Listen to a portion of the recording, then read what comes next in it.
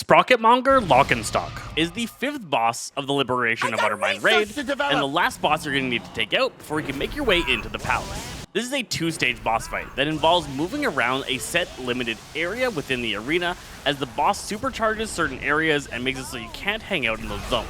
You're going to be struggling against moving conveyor belts and all sorts of wacky inventions. Throughout the fight, he is going to electrify about 50% of the zone, and the areas that are electrified will change every about 25% of his energy. Your party needs to be ready for the change and move to the new safe location every time he begins one of his wire transfers. The first one happens on pull, and 2 white beams will go to the left and right sides of the entrance. This will fill up the entire entrance area and make it unsafe to be there. All players need to start near the center of the arena and will be moving in towards the boss. Watch out, at the left and right sides in the center, there are moving conveyor belts that have traps on them. These conveyor belts will push you into holes in the center that can kill you, and the traps will deal big damage and knock you up in the air. On pull, rush everybody into the sides and split them up evenly on the left and right. This is just good practice in general, but it's actually going to be really important in higher difficulties. The boss is going to be stacking a debuff on the tank that reduces their movement speed and deals constant damage over time. The effect stacks, but you don't want to taunt off until he uses his secondary tank buster, which is the party pack. He'll put a big pack on your back and put a radiating red zone around you.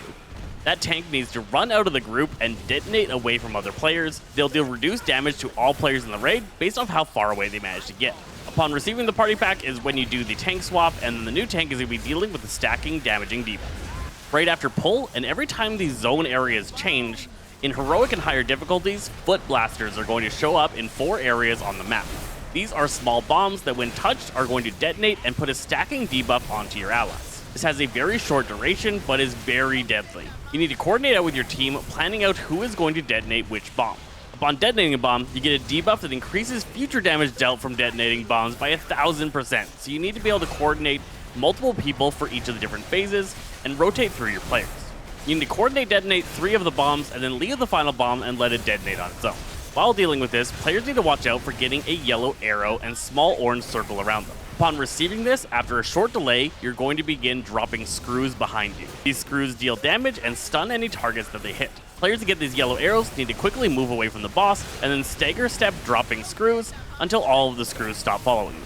Then they're able to return to the boss, and you're going to want to move the boss away from any of the screwed areas. The boss regularly puts out a debuff onto the entire raid that deals decent chunk damage, so healers are going to want to coordinate cooldowns for when each of these Sonic Baboom debuffs goes out onto the raid. During the first phase, the boss is going to summon a bunch of fire traps. They're going to line up along the left side, and you'll be able to see these traps move along the conveyor belt, and eventually they'll all stop. After a short delay, they'll unleash fire beams across the platform all the way across the width. The group needs to coordinate and see where there's gaps between these different fire pillars and make sure the boss is at an area of safety and all players can get to safe locations. This is happening while one of the tanks is exploding, so make sure you know where that tank is at as well and keep them topped up. After the fire traps will begin the first transition of area. You're going to need to move to the entrance of the room as this side now becomes electrified.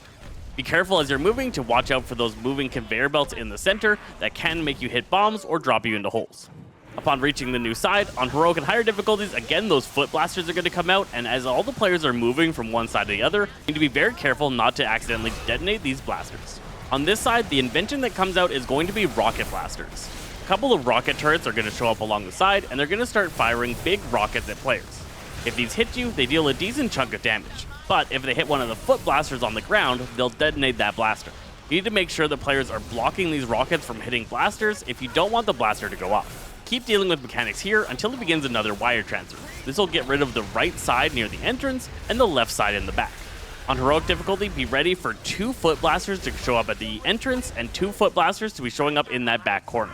You need players ready to be able to go and detonate them on time. Keep the boss generally closer to the center of the arena so that those players in the angled areas are able to go and deal with them. This phase's inventions is a set of magnets that are going to come down the center conveyor belt.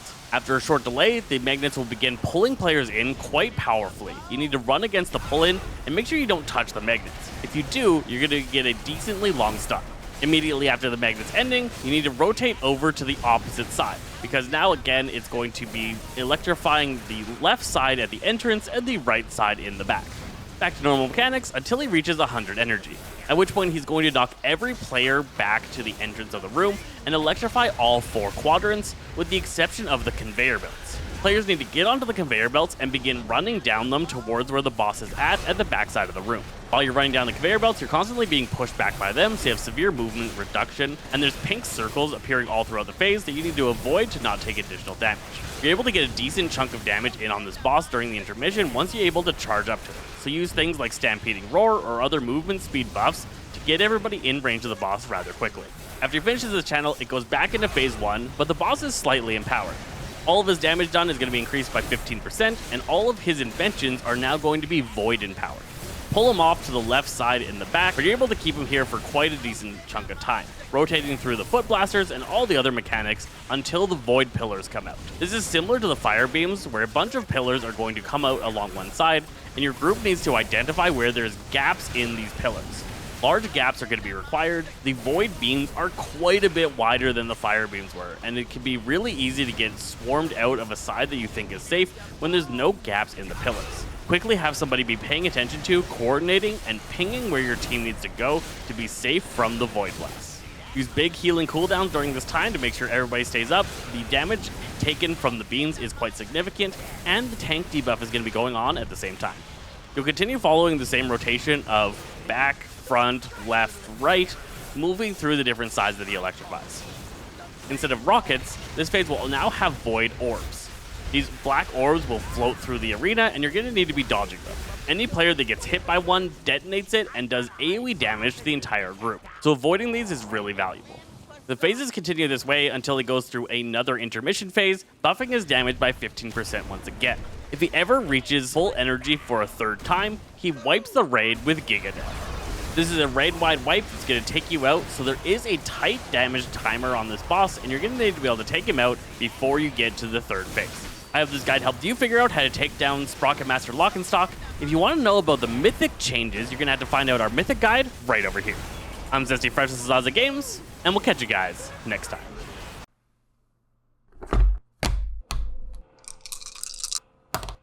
Zaze.